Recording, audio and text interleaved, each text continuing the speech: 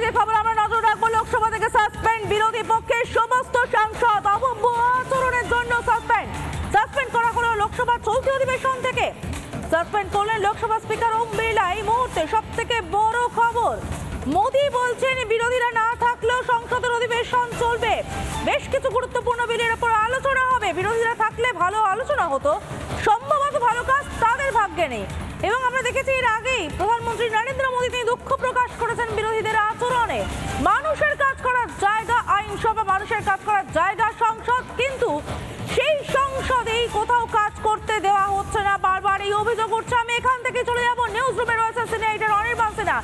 অনির্বাণ, কোনোভাবেই মানুষের কাজ হোক তাতে নারাজ বিরোধীরা, এবং সেই কারণেই প্রধানমন্ত্রীও বলছেন বিরোধীরা না থাকলেই বোধহয় ভালো কাজ হবে। নিঃসন্দেহে তাৎপর্যপূর্ণ সব বিরোধীদের সাসপেনশন। একেবারে অত্যন্ত গুরুত্বপূর্ণ এবং অত্যন্ত তাৎপর্যপূর্ণ। কিছুক্ষণ আগে বিজেপি সংসদীয় দলের বৈঠকে প্রধানমন্ত্রী ফাঁকা চেয়ারগুলোর দিকে ইঙ্গিত করে বলেছেন এরপরে 2024 চেয়ারগুলো সম্ভবত ভরে যাবে, অর্থাৎ যেগুলো এখন বিরোধীদের আসন ওগুলো সম্ভবত বিজেপির আসন হয়ে যাবে, অর্থাৎ 2024 আরও বিপুল জয় নিয়ে ফিরছে বিজেপি।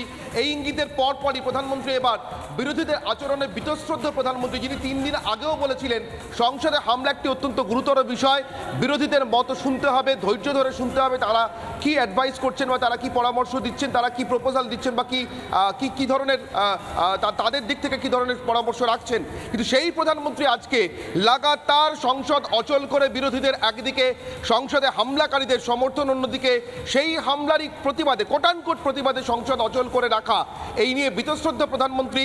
আজকে দেখলাম কিছুক্ষণ আগে লোকসভা স্পিকার সম্মিলিতভাবে যতজন বিরোধী সাংসদ ছিলেন লোকসভাতে তাদের সবাইকেই শেষ পর্যন্ত আজকে বহিষ্কার করলেন। গতকাল 92 জন ছিল সংখ্যাটা, আজকে 7 জন তারপরে যুক্ত হয়, ফারুক আবদুল্লাহ, ডিম্পল যাদব সহ 7 জন যুক্ত হন সেই তালিকায়। কিন্তু শেষমেশ আরও 42 জন, অর্থাৎ আজকে আরও 49 জন, সব মিলিয়ে গোটা বিরোধী পক্ষ সংসদে এই মুহূর্তে বিরোধী পক্ষের সমস্ত সাংসদকেই লোকসভা থেকে এই অধিবেশনের জন্য সাসপেন্ড করা হয়েছে সমাদৃতা।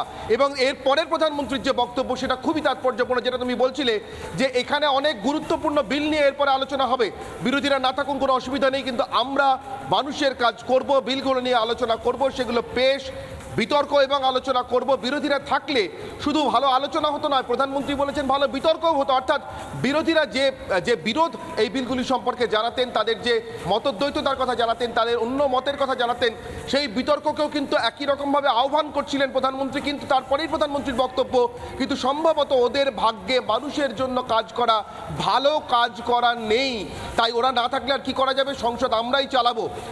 এর মাধ্যমে বিরোধীদের জনবিচ্ছিন্নতা সেটা আরো দৃঢ় হবে মানুষের মনে, সে নিয়ে কোনো সন্দেহ নেই সমাদৃতা। কারণ এই গুরুত্বপূর্ণ বিলগুলো নিয়ে যখন আলোচনা হবে তখন সংসদ থেকে অভব্য আচরণের জন্য বিরোধীদের এই নিষ্কাশন, অর্থাৎ তাদের সাসপেনশন এই অধিবেশনের জন্য, সেটাও কিন্তু একই রকমভাবে আলোচনায় আসবে।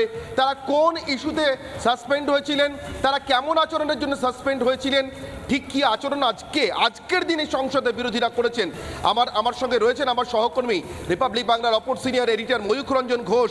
ময়ূখ, একটু বললে বোধহয় দর্শকদের বুঝতে সুবিধা হবে সংসদটাকে কি ধরনের তামাশার জায়গায় পরিণত করতে চাইছেন বিরোধীরা, যার জন্য যে প্রধানমন্ত্রী 3 দিন আগে তাদের পরামর্শ, তাদের কথা, আজকেও তাদের বিতর্কের কথা শুনতে চাইছিলেন বিল প্রসঙ্গে, সেই প্রধানমন্ত্রী কার্যত বীতশ্রদ্ধ হয়ে বলছেন ভালো কাজ করা বোধহয় ওদের ভাগ্যে নেই, ওরা না থাকলেও চলবে, সংসদের মতো আলোচনা করবে।